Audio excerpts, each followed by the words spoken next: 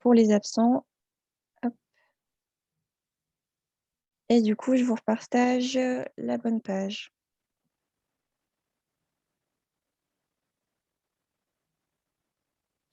Ok, c'est bon pour vous là, vous voyez? Oui, tout à fait. Ok, On d'accord. Vous Alors, voulez présenter oui, Anaïs? oui, oui. Déjà, je voulais vous remercier d'être présent aujourd'hui pour donc, le début de notre Handi Flash. Et je voulais aussi remercier donc Johanna Chemouni et Emeline Robin pour votre présence, pour l'intervention que vous allez faire aujourd'hui. Donc, ce sont nos partenaires de la convention À tout pour tous. Je vais vous présenter brièvement un petit peu la convention. Donc, elle a pour but de favoriser l'insertion professionnelle des étudiants en situation de handicap. Et aujourd'hui, justement, nous allons donc aborder la thématique du handicap, un petit peu pour sensibiliser sur cette notion, mais aussi pour vous donner des conseils sur tout ce qui est insertion professionnelle. Et du coup, grâce à notre partenaire Diversidé, ils vont pouvoir vous répondre à vos questions. Ce seront nos professionnels aujourd'hui. Et justement, je vais vous laisser la main pour essayer pour vous présenter un petit peu. Oui, tout à fait. Donc bonjour, à toutes et à tous. Je suis donc Johanna Chemouni, je suis la fondatrice du cabinet Diversidé, qui depuis un peu plus de 10 ans travaille sur les questions de promotion de la diversité dans l'emploi, avec un focus assez important sur la thématique du handicap. Le handicap qui fait toujours un peu figure d'exception quand on parle de diversité, et on va voir très exactement pourquoi aujourd'hui. La première raison, c'est qu'on a un cadre légal qui est unique, avec une définition qui est bien spécifique, et de fait, en fait, ça génère des dispositifs spécifiques pour le recrutement ou le maintien dans l'emploi de personnes en situation de handicap en entreprise, privée ou publique. Donc, merci à Anaïs de nous avoir invités pour cette première Handi Flash, enfin cette première d'une série de quatre rendez-vous. C'est ça. On a suggéré donc l'utilisation d'un module qui s'appelle le Handi Bird Challenge, qui est un module qu'on utilise très régulièrement en entreprise, un module ludique. Vous allez voir, peut-être que vous allez reconnaître le Hungry Birds, le petit oiseau qu'on lance sur des murs pour casser des murs pour le plaisir. Et nous, on a transformé ce mécanisme-là. On casse toujours des murs, mais avec le Handi Bird Challenge, vous allez casser des murs d'idées reçues. Donc, évidemment, ce support est un prétexte à parler des sujets d'aujourd'hui, le handicap, la RQTH, la définition, plus largement la question des aménagements de poste. C'est un support, mais à n'importe quel moment, évidemment, n'hésitez pas, soit en ouvrant votre micro, soit en utilisant le système de chat, à m'interpeller pour poser des questions. Voilà. C'est ça. Donc, j'ai proposé à Emeline de se joindre à moi, mais elle n'est pas en animation aujourd'hui, elle est juste en observation. Et vous la retrouverez pour ceux et celles qui se sont inscrits sur le module stéréotype. C'est Emeline qui interviendra. Et donc, voilà, c'était aussi une façon de faire le lien entre les différents modules. Ça fait bonjour à tous. Donc, peut-être juste avant de démarrer, en tout cas, si dans le chat, vous avez des questions d'ordre général que vous souhaitez transmettre, puisqu'on a une petite heure et que le jeu qu'on va vous proposer occupera à peu près une demi-heure, donc on aura du temps maintenant ou après pour répondre à des questions. Si vous avez des questions, vous pouvez déjà les suggérer ou même des attentes plus largement sur le contenu de cette session. Oui, c'est ça. Et du coup, alors, vous voyez un petit peu le jeu là en question. Il y aura donc 3 niveaux et pour chaque niveau, il y aura 4 questions.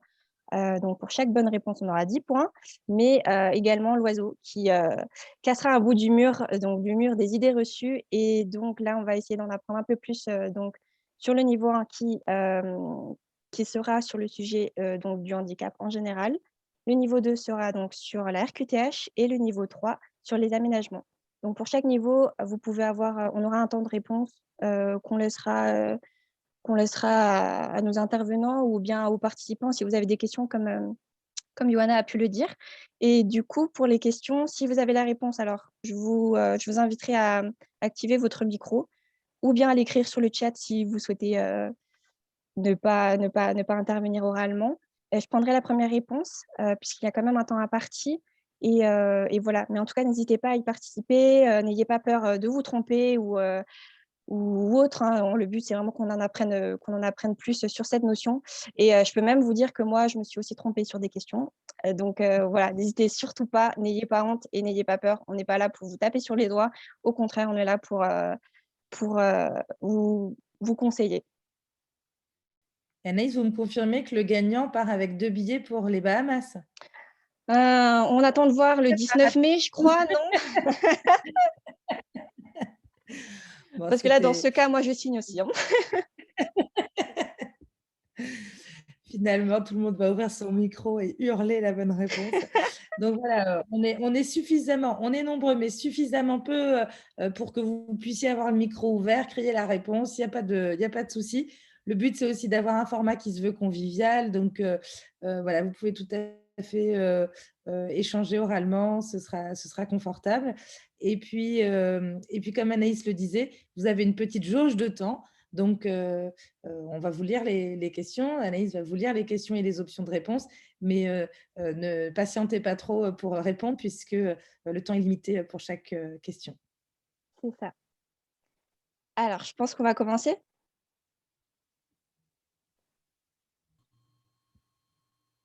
Alors, première question. Quelle est la définition légale du handicap selon la loi de 2005? Première réponse, une capacité limitée à se déplacer, à réaliser des gestes ou à bouger certains membres, ou toute limitation d'activité que peut subir une personne dans son environnement en raison d'altérations temporaires, durables ou définitives. Alors, question 1 ou 2? Réponse 1 ou 2? La deuxième. Alors, on va voir ça. C'est ça, c'est la bonne réponse. Du coup, la première Bravo, res oui, c'est ça. La première réponse, c'était, la définition donc du handicap moteur seulement et nous allons voir qu'il y a beaucoup plus d'handicap que seulement le handicap moteur. La définition donc exacte selon la loi de 2005, c'est toute limitation d'activité que peut subir une personne dans son environnement en raison d'altérations temporaires, durables ou définitives, d'une ou plusieurs fonctions physiques, sensorielles, mentales, cognitives ou psychiques, d'un polyhandicap ou d'un trouble de santé invalidant. En fait, ça c'est pour rebondir sur cette réponse, ça c'est à la fois un peu le stéréotype contre lequel on a tous et toutes à travailler. L'idée que le handicap, c'est pas forcément une problématique d'ordre moteur. Et puis, ça présente aussi un enjeu qui est propre à la définition qu'on a donnée au handicap dans le monde professionnel, parce qu'on peut être une personne en situation de handicap dans la vie professionnelle, avec le sigle RQTH, ou être un étudiant en situation de handicap, sans pour autant être reconnu comme une personne handicapée au sens sécurité sociale. Et c'est pour ça qu'on a trouvé important de vous rappeler la définition du handicap, parce qu'en réalité, étudiant ou professionnel, la définition du handicap est beaucoup plus large que celle donnée par la sécurité sociale. Je peux ne pas avoir un pourcentage d'invalidité et pour autant avoir besoin d'aménagement pour suivre mes études ou pour être maintenu ou intégré dans la vie professionnelle. La deuxième chose, mais je ne vais pas trop en dire pour ne pas dévoiler le reste du questionnaire, c'est qu'effectivement, dans cette définition, on vous dit temporaire ou durable. Et ça, c'est un point très important parce qu'en fait, une situation de handicap, elle n'est pas forcément pour la vie. Parce que elle peut finalement être réversible, ou bien alors parce que ma situation de travail fait que ce handicap ne va plus s'exprimer. Je vous donne un exemple qui est très classique, qu'on prend souvent pour parler du handicap. Le boulanger allergique à la farine, il va donc, du fait de son allergie, pouvoir bénéficier d'une reconnaissance de handicap. Mais si finalement l'accompagnement dont ils bénéficient, c'est une reconversion professionnelle et qu'après ils aient mon métier, par exemple, eh bien moi, allergique à la farine, je ne peux pas être reconnue travailleur handicapé parce que ça ne me met pas en difficulté compte tenu du travail que je fais. Je ne suis pas en contact avec de la farine. Donc, vous voyez, il y a cette double dimension qui est intéressante. C'est de savoir que le handicap, ce n'est pas forcément pour la vie, mais néanmoins, même une situation temporaire peut être reconnue et ça veut dire être accompagné. Et puis la deuxième chose, c'est que c'est bien contextuel. Donc, une situation qui va être handicapante dans un contexte donné peut ne pas l'être dans un tout autre contexte. Je vous inviterai à chaque fois, après chaque réponse détaillée, à nous partager vos réactions, vos éventuelles questions. Oui. Ou sinon, vous pouvez attendre la fin du niveau si vous peut-être faire un avis global. Alors, du coup, on va passer à la question 2, qui est combien de familles de handicap existent-ils? 3, 6 ou 10? Alors, on a la question 6, c'est bien ça. On a toutes les réponses, mais la première réponse était 6. Effectivement, c'était une bonne réponse. On a bien 6 classifications, 6 familles, entre guillemets, hein, bien sûr. Donc, on a la sensorielle, la cognitive, moteur, psychique, maladie invalidante et mentale. Ouais, voilà. Attendez, je crois que j'en ai peut-être compté un petit peu trop là. 1, 2, 3. Mais en tout cas, voilà, il n'y en a pas que 3, ni 10. C'est c'est vrai que moi aussi, je me suis trompée sur cette question, puisque je pense qu'on n'a pas forcément les mots exacts, les familles exactes. Et je pense que peut-être, Johanna, tu peux peut-être nous éclairer sur ce sujet-là. C'est-à-dire qu'au moment de la loi de 2005, dont on va reparler et dont on vous parle régulièrement quand on parle de handicap, effectivement, le législateur a fait pour la première fois, ça peut être étonnant, pour la première fois l'exercice de définir ce qu'est le handicap. Parce que finalement, il faut quand même se replacer dans un historique où en France, le handicap, eh ben, c'était les invalides de guerre. Donc, avec des handicaps moteurs pour l'essentiel, et puis des troubles qui pouvaient être amalgamés, tout ça sous un même chapeau, avec notre pictogramme du fauteuil roulant en toile de fond, qui n'aide évidemment pas à la lisibilité. Donc, en 2005, on fait l'exercice pour la première fois de définir le handicap par famille. Et il va se passer 2 choses que l'on peut souligner. La première, c'est qu'on va distinguer handicap mental et handicap psychique, qui encore aujourd'hui sont souvent confondus. C'est pourtant bien 2 familles distinctes.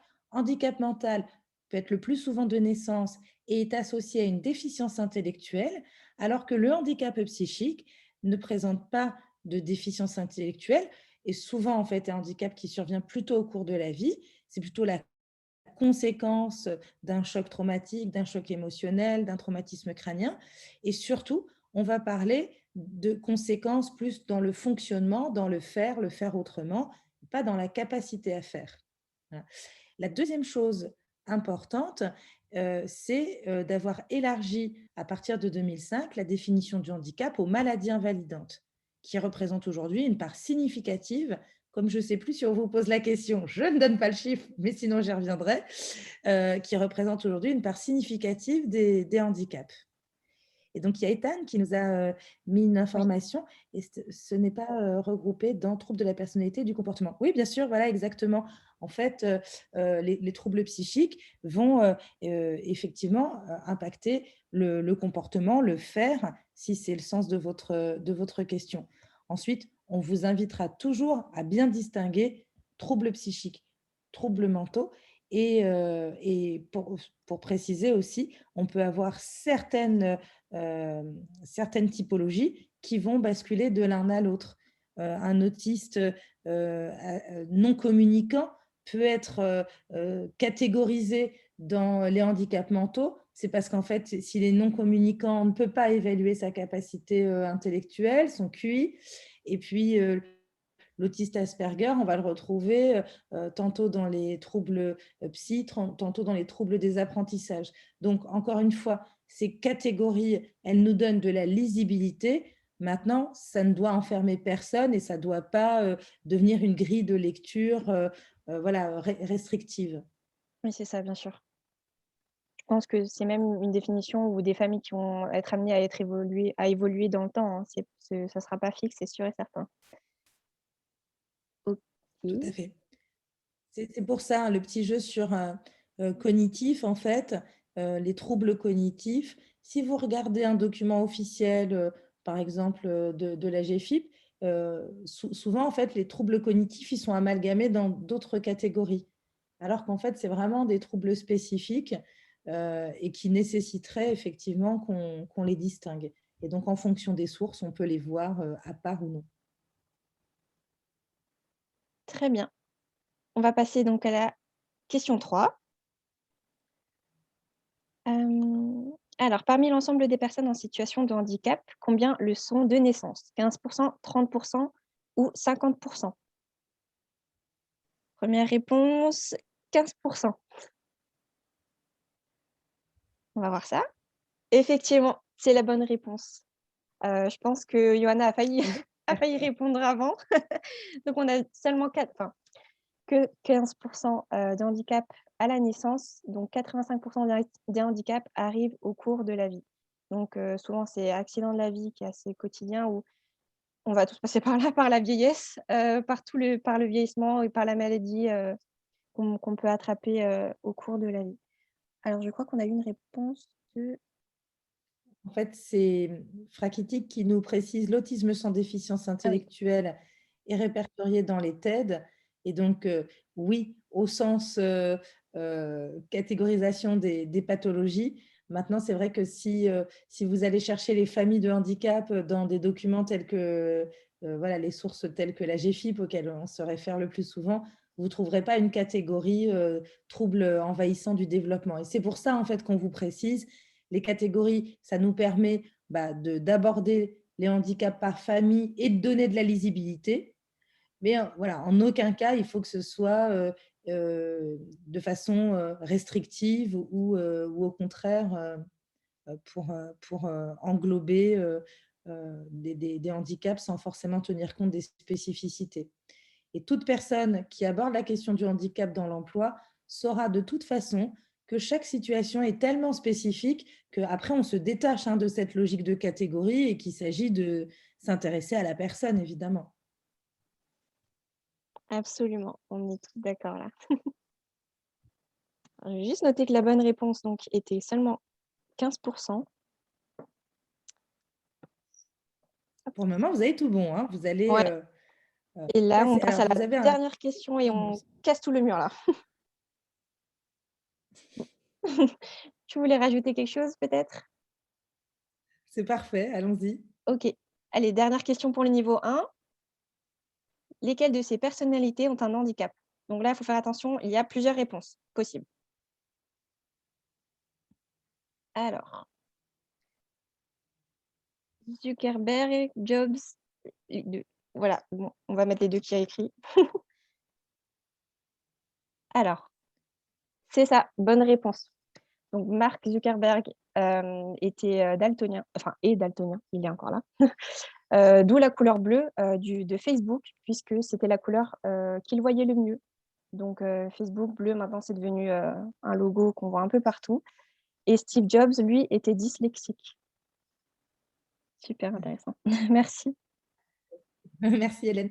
Une question un peu clin d'œil pour vous rappeler que bien sûr que le handicap, quel qu'il soit, n'est jamais compatible avec le talent, l'intelligence, la compétence, la performance. Et nous, on n'a jamais fini de rappeler ça parce que, bien entendu, quand on aborde la question du handicap dans l'emploi, eh bien, c'est bien la question de l'emploi qui nous intéresse. Et donc, c'est bien évidemment la compétence qui passera toujours avant. Et nous, bon, évidemment, Mark Zuckerberg, ça parle à tout le monde, mais nous qui accompagnons aussi des gens moins célèbres que Mark Zuckerberg, on peut vous confirmer qu'on accompagne des candidats brillants, toujours compétents dans leur domaine, et puis que c'est aussi vrai, je dirais, que sur les personnes ordinaires qui ne sont pas en situation de handicap.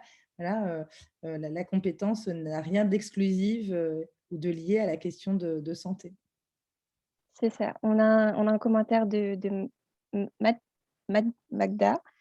C'est bien qu'on nous accepte pour nos qualités que notre handicap. Effectivement, c'est ce qu'on essaye de mettre en avant. Vos qualités sont les plus importantes. Ce n'est pas votre handicap qui est prédominant. Souvent, c'est ce qu'on peut voir. Et au début, peut-être d'un handicap, c'est peut-être ce qu'on pense. mais au contraire, il faut prendre du recul et voir que vous avez toujours les mêmes qualités, peut-être d'autres qualités qui vont se développer par la suite, grâce à ce handicap en question. Donc n'oubliez pas vos qualités, vous avez tous, je pense, une qualité qui pourra faire la différence avec, d'autres personnes.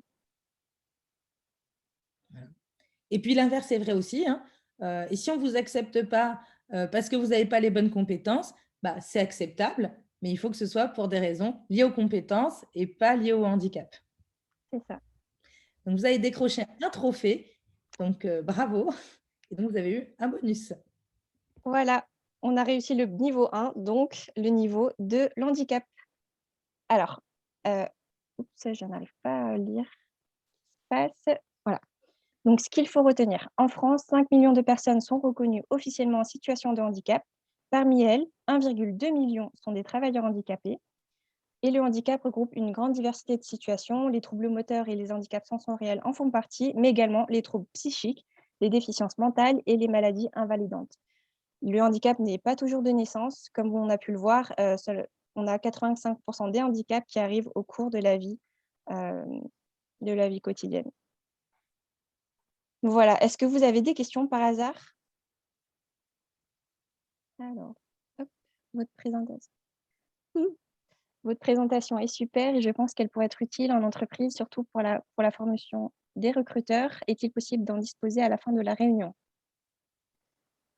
Alors justement, j'ai activé l'enregistrement pour aujourd'hui. Je ferai de même aussi pour, les autres thématiques que nous allons aborder, pour pouvoir ensuite, par la suite, les mettre sur notre plateforme internet pour plus tard. Je vais essayer de voir aussi comment nous allons voir pour peut-être le diffuser avant sur d'autres plateformes, mais vous inquiétez pas, on a tout enregistré. On a une question: dans quelle catégorie mettons le handicap neuro? En fait, ça va dépendre parce que moi, quand vous me dites handicap neurologique, bah, je peux penser à des personnes, à des troubles cognitifs, je peux penser à des troubles 10, je peux penser à des troubles psychiques. Donc là aussi, ça va dépendre, car il est entre le moteur. Alors après, ça peut avoir des conséquences sur le moteur aussi. Enfin, pour le coup, euh, je pense qu'on peut le retrouver. D'ailleurs, c'est un peu comme si vous regardiez sur certains handicaps sensoriels, par exemple. On ne va pas toujours les mettre dans le handicap sensoriel. On peut les retrouver dans les maladies invalidantes parce que le handicap sensoriel peut être une conséquence d'une maladie invalidante. Donc, voilà, j'espère qu'on ne vous a pas perdu avec cette logique de famille de handicap. L'objectif était plus la simplification que de chercher absolument à faire rentrer toutes les pathologies dans une catégorie. On peut être polyhandicapé et on peut avoir un peu, être un peu à cheval entre deux familles. La liste concernant les maladies invalidantes est-elle fermée ou est-il possible d'y ajouter d'autres maladies? Bah, en fait, ça, c'est le grand sujet, effectivement, les maladies invalidantes. Malheureusement, cette liste, elle n'est jamais fermée parce que, certes, on est dans un pays très médicalisé, donc on voit de certaines pathologies qu'on croise de moins en moins, mais il y a aussi, évidemment, les maladies qui viennent s'ajouter. Et puis, il y a aussi tout un effet de lobby pour reconnaître. Je pense à l'endométriose, là, comme ça, quand je lis votre question. Il y a un vrai lobby des personnes pour que cette pathologie elle soit reconnue comme maladie invalidante et éventuellement voilà, pouvoir être accompagnée comme un handicap, puisqu'aujourd'hui, ce n'est pas le cas. Donc, non, ça ne s'est jamais figé. Ah, ben voilà. Et en fait, ça, c'est un vrai sujet parce que, en réalité, ce qui se cache derrière, c'est la question de l'invisibilité. C'est-à-dire que les pathologies invisibles ou dont certains signaux en fait sont peu visibles pour l'extérieur, eh bien, ont toujours nécessairement plus de mal à se faire reconnaître. Et ça, c'est un lobby de fond. Ça, c'est un sujet de fond qu'on a à faire avancer dans notre société. C'est que finalement, ce n'est pas parce que la situation elle n'est pas visible qu'elle ne va pas s'exprimer dans le quotidien de l'individu, que ce soit dans la vie privée ou dans la vie professionnelle. Et ça, c'est une question super intéressante que vous posez parce que c'est aussi ça qui se joue. Dans la vie professionnelle, j'ai ma collègue que je vois toute pimpante qui va bien. Ben forcément, ça va peut-être être plus difficile pour moi de me dire, tiens, elle a un handicap, elle a une difficulté, parce que je crois ce que je vois, voilà, comme dit l'adage. Donc ça, c'est un vrai sujet, un vrai enjeu de sensibilisation que de rappeler que ce n'est pas parce que le handicap n'est pas visible qu'il n'a pas de conséquences et que du coup, il mérite tout aussi d'être accompagné et pris en compte. C'est ça. Je pense qu'on a répondu à votre question, Dorine. Oui. Merci. OK. Du coup, on va passer au niveau 2, donc la RQTH. Encore 4 questions et le but, c'est à nouveau de détruire ce mur des idées reçues. En tout cas, merci pour vos participations. N'hésitez pas à continuer à participer activement. Toutes bonnes réponses seront la bienvenue. Alors, première question, que signifie RQTH? Ratio pour le quota des travailleurs handicapés, reconnaissance de la qualité de travailleurs handicapés ou rappel des quantités de travailleurs handicapés? Effectivement, facile. C'est la réponse 2. Donc, reconnaissance de la Bravo. qualité des travailleurs handicapés. Là, vous avez tous su bon.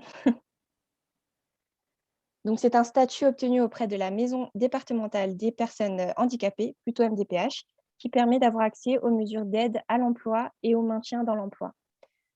Je ne vais pas forcément m'étaler dessus. Je ne sais pas si tu veux en rajouter, parce que vu qu'on a pas mal de questions après, j'ai peur, moi, de donner les réponses par la suite. Donc, On du peut coup, avancer. ouais, on va passer à la question 2. Première question était un peu plus simple. La deuxième, allons voir. Pour les travailleurs ayant une RQTH, quelles mesures peuvent être accordées? Plusieurs réponses sont possibles. Un accès au club de gym, 4 jours d'absence indemnisés, des aménagements de poste de travail. Alors, la 3 et la 3, c'est ce que je vois. OK. Hop. Alors, vous avez oublié une réponse. Mais effectivement, la 3 était bien dedans. Donc, des aménagements du poste de travail sur mesure si besoin, mais il y a également 4 jours d'absence indemnisés. On va voir, je pense que vous allez tous voir que chaque situation de handicap est unique. Elle diffère de chaque personne, de votre situation, de votre handicap, de l'entreprise en question, de l'environnement, de tout un petit peu. Et donc, la mission handicap, elle étudie au cas par cas et donc étudie donc chaque situation individuellement pour proposer les mesures les plus adaptées à votre situation. On vous a peut-être un peu induit en erreur parce qu'on aurait dû écrire jusqu'à 4 jours, parce qu'effectivement, comme vous le précise Anaïs, chaque entreprise va avoir ses propres mesures d'accompagnement. Pour certaines, ça va être 3 demi-journées, pour d'autres, ça va aller jusqu'à 4 jours. Donc, peut-être que cette réponse généralisée, c'était un piège, puisque vous avez évidemment bien identifié, en revanche, que la réponse 3, elle, sans conteste, était juste. Donc, effectivement, hein, l'entreprise, eh bien, elle a différentes familles de moyens qui sont des moyens matériels, organisationnels ou des aides humaines. Et puis, en fonction des situations, tout le monde n'a pas les mêmes besoins. Hein, on l'a vu avec la diversité des situations de handicap. Eh bien, on va pouvoir aller chercher dans ces familles de solutions pour accompagner chaque individu. Et là aussi, tout à l'heure, on disait une situation, elle peut être temporaire ou durable. Donc, les aménagements, c'est pareil. On va étudier les besoins de la personne lors de son intégration ou de sa réintégration dans l'entreprise. Et puis, on va évaluer régulièrement si les besoins bougent. On peut tout à fait dire, j'ai changé mon accompagnement médical et j'ai plus besoin de quitter, je dis n'importe quoi, hein, à 16 h le jeudi. Donc ça, j'en ai plus besoin. Par contre, j'ai besoin d'un fauteuil ergonomique ou d'un repose-pied parce que ma situation a évolué. Donc voilà, c'est des choses en fait qui font partie de l'accompagnement, du suivi du collaborateur en situation de handicap pour proposer les bonnes solutions, là où les bonnes solutions, et être capable aussi d'être toujours en évaluation pour éventuellement faire évoluer cet accompagnement. C'est ça. Alors, ce n'est pas forcément la convention collective, je rebondis sur ce que disait Johan. En fait, c'est l'accord handicap quand l'entreprise en est dotée. C'est l'accord handicap qui va déterminer le nombre de jours. ça fait partie, c'est une négociation en fait au moment de négocier un accord handicap. Ça se passe avec la directe en l'occurrence, mais aussi les partenaires sociaux. Donc, pas toutes les entreprises. Effectivement. Pas toutes les entreprises. Si l'entreprise n'a pas d'accord, par exemple, eh bien, à ce moment-là, ça va passer par un aménagement de poste toujours, mais ce ne sera pas standardisé. On va s'adresser soit à la médecine du travail, soit à un référent handicap qui va pouvoir évaluer quel est le besoin d'aménagement du temps par rapport, encore une fois, à la situation de chaque individu. Et ce ne sera pas standardisé, effectivement. Quand on s'adresse à une grande entreprise, c'est vrai sur le handicap ou sur d'autres mesures, hein, eh bien, effectivement, il y a l'avantage d'accords qui sont négociés, qui sont collectifs, voilà. C'est ça. Je pense qu'on a répondu à vos questions. Direct devenu Dritz récemment. Oui, aussi. Tout à fait. Ok, très bien. Alors, du coup, on va passer à la question 3, l'avant-dernière question du niveau, qui est la demande de reconnaissance du handicap est une démarche personnelle confidentielle. Vrai, faux, dans certains cas.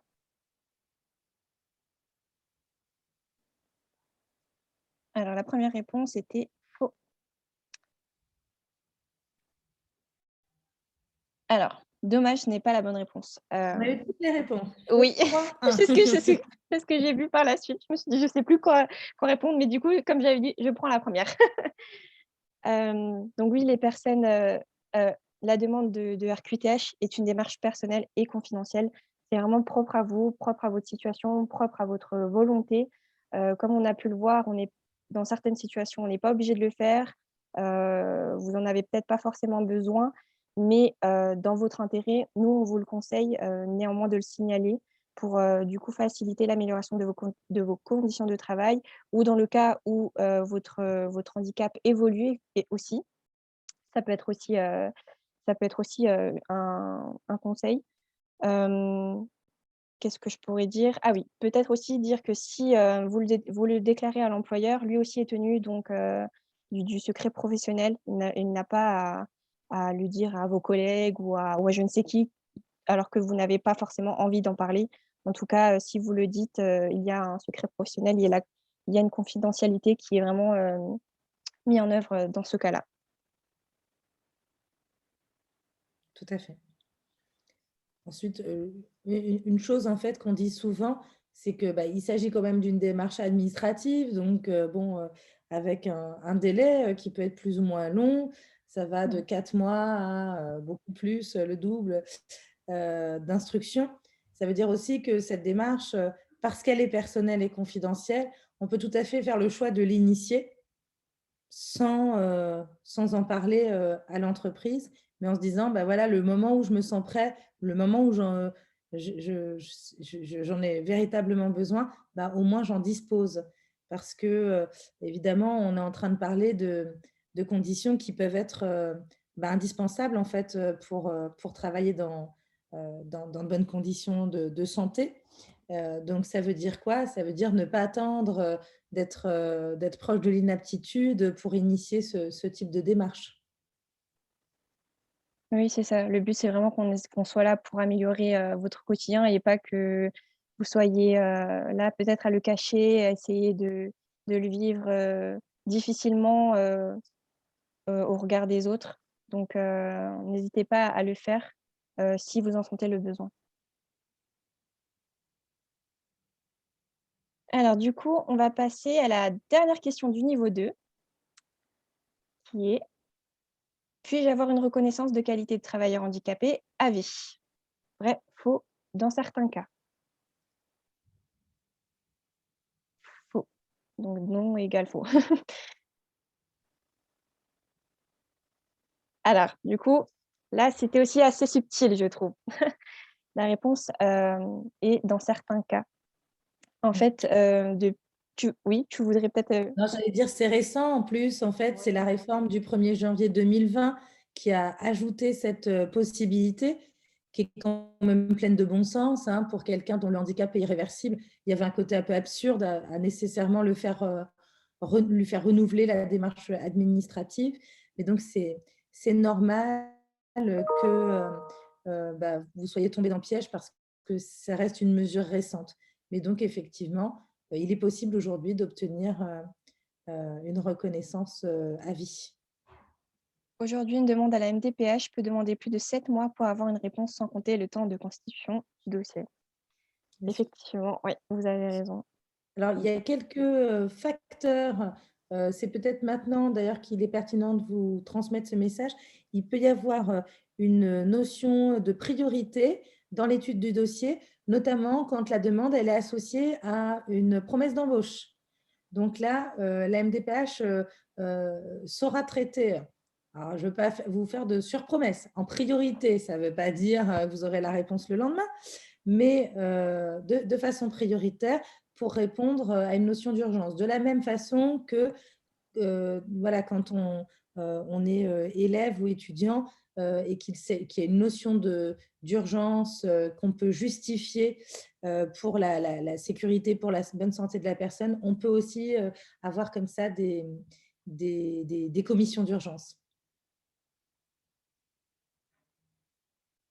Ok, je pense que on a donné ouais, l'information nécessaire. Alors, est-ce que vous avez d'autres questions? Puisque là, malheureusement, on n'a pas réussi à détruire ce mur, mais pas de souci. Ah oui, on a une question. Alors, lorsque nous sommes étudiants dans une ville où nos parents ne sont pas domiciliés, et donc nous, quelle MDPH est compétente pour connaître le dossier S national? Par exemple, en étant étudiant dans le 67, mais domicilié légalement dans le 21. En fait, voilà, du coup, en théorie, c'est votre lieu de résidence. Donc, si légalement vous êtes domicilié dans le 21, c'est la MDPH du 21. Maintenant, je ne sais pas exactement ce que veut dire domicilié légalement, c'est-à-dire que votre résidence principale est dans le 21, mais vous êtes forcément logé dans le 67 puisque vous y êtes étudiante.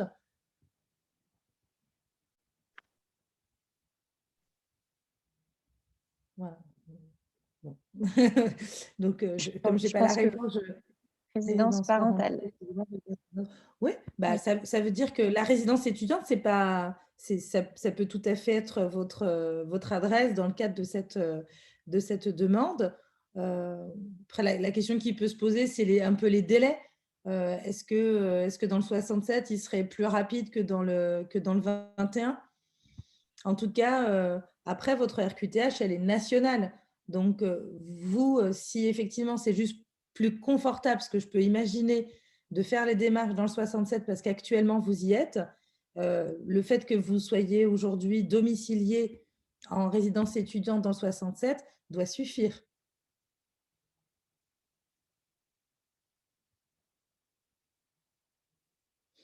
De rien. Puis du coup, on n'a pas tout à fait réagi à la remarque de Johan, mais oui, vous avez tout à fait raison, hein, ça peut prendre jusqu'à 7 mois.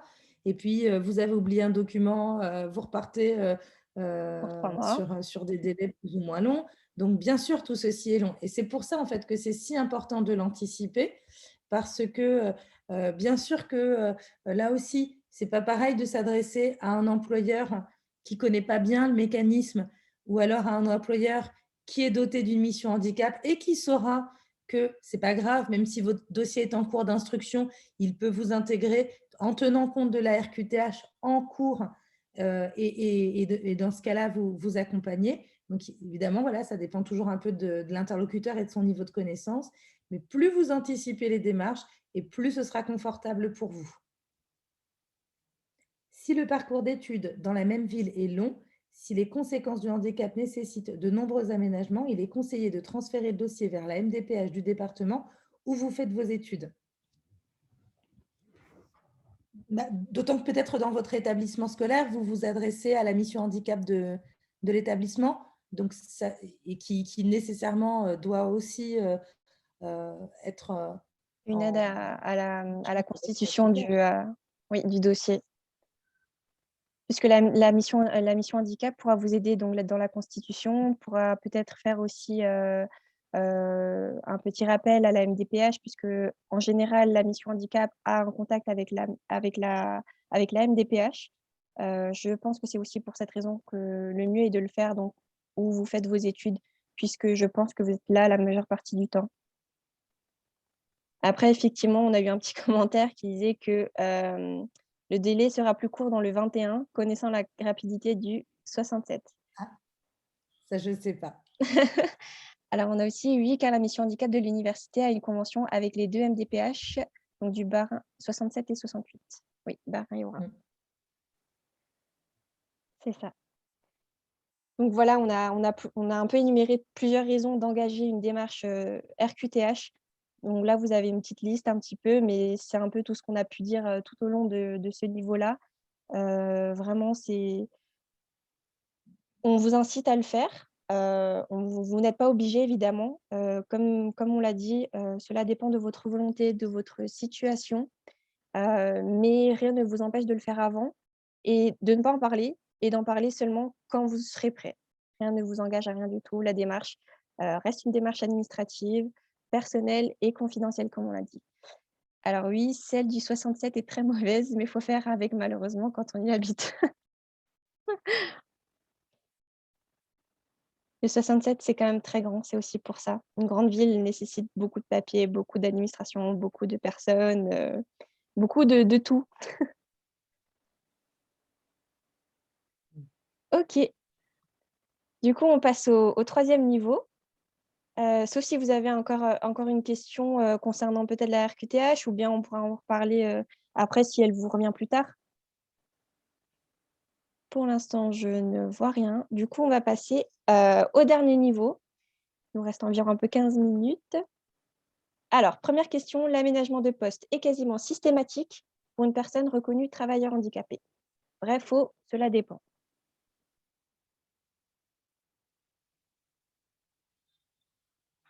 Première réponse, vrai. Alors, dommage, la réponse était plutôt faux. Seulement 15 à 20% des situations de handicap nécessitent de réaliser un aménagement de poste. Et en plus, on a aussi plusieurs types d'aménagements, on va dire 3 types d'aménagements, donc tout ce qui est d'ordre organisationnel, donc tout ce qui est horaire adapté, modification de la répartition des tâches. Il y a aussi donc l'aménagement de poste matériel, donc tout ce qui peut être par exemple clavier en braille, ordinateur spécifique ou chaise aussi spécifique. Mais on a aussi donc les aménagements d'ordre humain, comme un accompagnateur. Donc, l'aménagement du poste n'est pas systématique, pardon. Il est essentiel de toujours connaître les besoins spécifiques d'une personne, du travailleur handicapé. C'est pour ça que justement, la mission handicap de l'entreprise en question examine les cas au cas par cas, puisque chaque situation est différente et certaines situations de handicap ne nécessitent pas forcément d'aménagement, donc rien de spécifique à faire. Et pour d'autres, des aménagements spécifiques que d'autres personnes n'auront pas non plus besoin. Peut-être je peux rebondir, Anaïs, pour vous donner un exemple. Quand on dit un aménagement de poste, donc il est vrai qu'on pense à un aménagement matériel et que selon les chiffres, c'est vrai que c'est minoritaire en fait. Il existe un grand nombre de pathologies. Donc on a cité tout à l'heure les maladies invalidantes ne vont pas nécessairement nécessiter un aménagement matériel. En revanche, ça peut nécessiter un aménagement organisationnel et bien souvent, en fait, ça peut aussi impliquer simplement la bonne compréhension de l'entourage professionnel. Tout à l'heure, on parlait d'un aménagement d'horaire. Il y a l'aménagement d'horaire, puis il y a aussi le fait que, éventuellement, on est capable de communiquer à l'entourage professionnel pour que quand la personne doit s'absenter le jeudi à 16 h, pour rester sur mon exemple, eh bien, cette personne ne sera ni jugée ni sanctionnée pour cela. Donc, on fait bien la différence entre l'aménagement matériel qui finalement n'est pas systématique et puis tout le reste qui relève plus de l'aménagement humain, organisationnel et puis plus largement de l'accompagnement culturel en fait. C'est faire en sorte que chaque singularité, chaque situation particulière soit accompagnée et bien comprise. Oui, c'est ça. Du coup, je ne vois pas de questions. On va passer à la question 2. Un salarié en situation de handicap invisible n'a pas besoin de compensation. Vrai, faux, cela dépend.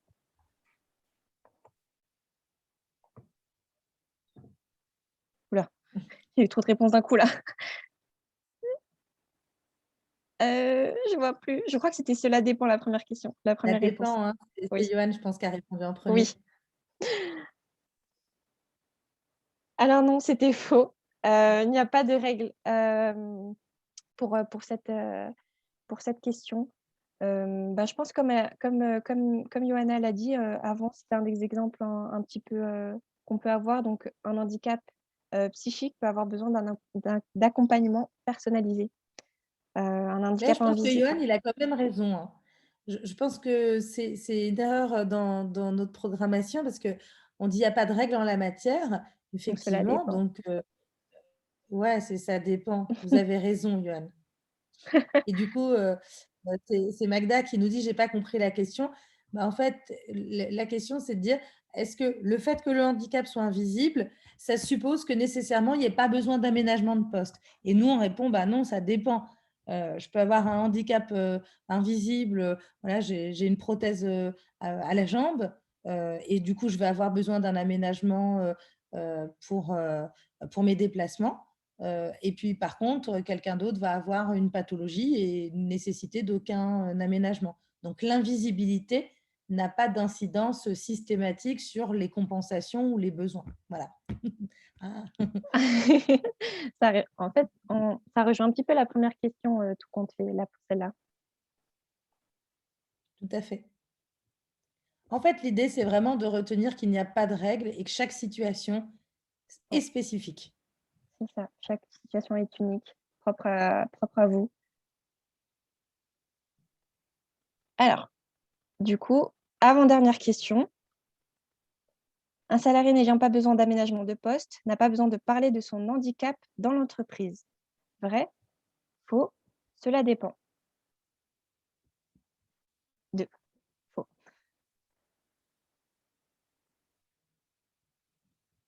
Alors, cela dépend, à nouveau. C'est vrai que les questions Généralement, quand il y a cela dépend dans un quiz, il faut répondre ça dépend. C'est une règle. des questions assez, assez subtiles, assez pièges. Donc, on redit à nouveau la même chose un petit peu, mais déclarer sa situation de handicap alors qu'elle ne nécessite pas d'aménagement peut être utile, comme on vous l'a dit, pour peut-être anticiper l'évolution du handicap. Au début, peut-être que vous n'aurez pas besoin d'aménagement, mais peut-être qu'au bout de 1 an, 2 ans, voire plus ou pas, hein, votre handicap évoluera et là, en l'occurrence, vous aurez peut-être besoin d'un aménagement et vous en auriez peut-être besoin justement d'en parler plutôt que de le cacher. Mais on revient à nouveau sur la question de la question personnelle et confidentielle. Donc si vous ne souhaitez pas le dire, vous êtes libre de le garder pour vous. C'est un choix propre à vos besoins, à l'environnement, au personnel, à l'entreprise, à vos situations. Et du coup, la mission handicap peut également accompagner le collaborateur travailleur handicapé dans la construction de son parcours en le mettant en relation avec les spécialistes de la GFIP en conseil, en évolution professionnelle et en lui permettant de bénéficier d'aides financières.